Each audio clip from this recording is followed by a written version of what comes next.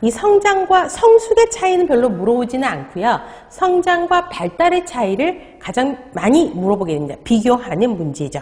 그래서 제가 뭐 이렇게 수업하다 보면 동그라미 해라 뭐 이런 말들을 많이 할 겁니다. 핵심 단어는 제가 동그라미 하라라는 말들을 할 거고 꼭 정리를 해야 될 부분은 머스트란 말을 많이 할 거예요. 반드시. 그죠? 외워야 된다는 것입니다. 자, 성장에서 가장 핵심적인 단어는 뭘까요? 두 가지 땡에서.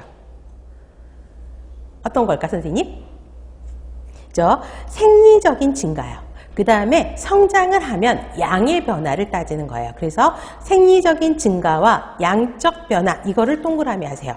양적이기 때문에 측정하기 쉽고요. 쉽게 관찰하고 조사가 될 수 있습니다. 그래서 대표적인 시험 문제가 키하고 체중의 변화, 이런 것들이 성장의 예로 들어갑니다. 상대적으로 발달은 양이 아니라 질의 변화입니다. 그래서 질적 변화에 동그라미 하시고요. 자, 점진적인 변화죠. 그래서 낮은 단계에서 복합적 단계로 가는데 대표적인 게 뭐예요? 언어 발달이요. 그래서 언어가 발달, 언어 습득, 연령별에 따라서 언어가 달라지게 되죠. 그게 발달에 속하게 됩니다. 나중에 또 자세하게 공부를 하겠지만 우리가 보통 돌 12개월이라고 하잖아요. 돌 때 쓰는 말들이 뭐죠? 많이 쓰는 말, 애들이. 혹시 조카 있으세요? 없어요. 자, 돌 때쯤 되면 엄마, 빠빠, 맘마 뭐 이런 단어들로 조합된 말들을 하게 되죠. 그런데 얘네들이 성인과 같이 완벽한 문장을 하는 게 한 4세, 5세 정도 되거든요. 그렇게 점차적으로 발달하는 게 그 언어 발달이 그 발달의 예로 들어간다라고 설명을 했습니다. 그 다음에 성숙입니다. 자, 성숙은 유전적인 특성에 의해서 진행되는 게 성숙인 거죠. 그래서 높은 수준으로 가능하도록 질적인 변화를 가져옵니다.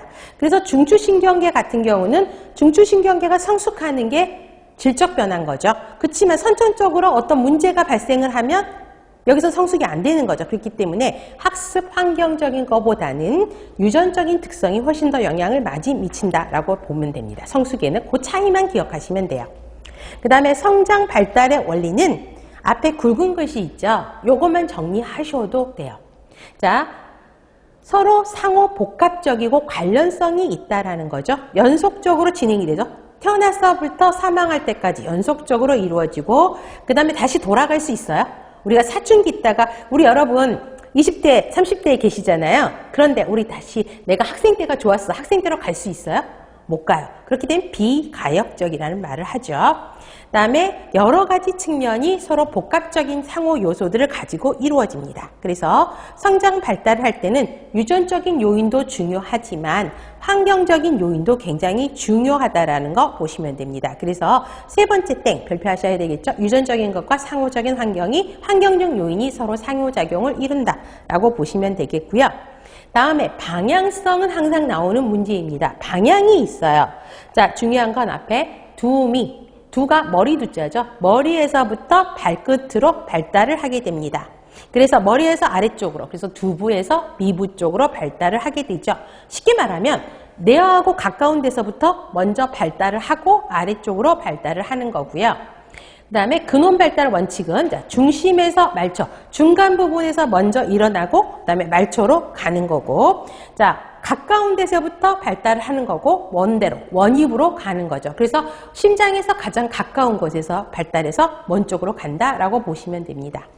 그 다음에 전체적인 거에서 구체적인, 다른 말로 하면 단순한 거에서 복잡한 거로 된다라 그랬는데, 쉽게 말하면 전체 운동에서 미세 운동. 처음에 애들이 몸을 움직일 때 팔을 이렇게 움직이죠. 그랬다가 점차 팔을 굽히고 그 다음에 손가락을 움직이고 물건을 잡고 사탕을 잡고 이렇게 되는 거잖아요. 그래서 큰 운동에서 작은 운동으로 바뀌는 거를 세분화 원칙이라고 이야기를 합니다. 그 다음에 양측이 같은 비율로 발달해야 정상인 거죠. 같은 비율 좌우 대칭으로 해야 됩니다. 그래서 방향성에서는 두미 발달, 근원 발달 원칙, 세분화 원칙, 이게 항상 나오는 중요한 멘트라고 보시면 되겠습니다. 그 다음에 순차적이다, 연속적이다는 연속적인 과정을 통해서 질서, 정연, 순서가 있어서 어때요?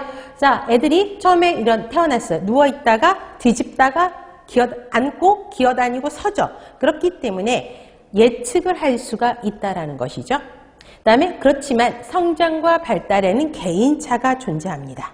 그래서 신경계는 영아기 때 가장 빠르게 성장하고 나중에 또 림프 조직도 말을 하겠지만 여기서부터 보는 게 좋겠죠. 6살이면 성인 수준이고요. 자, 곱하기 2 하세요. 그럼 몇 살? 12살. 그러면 성인의 자, 6살의 성인이잖아요. 그래서 곱하기 2가 성인의 2배가 되는 게 12살이에요.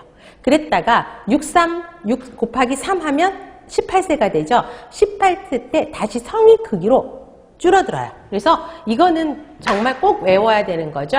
자, 6세에서 성인 크기가 돼요.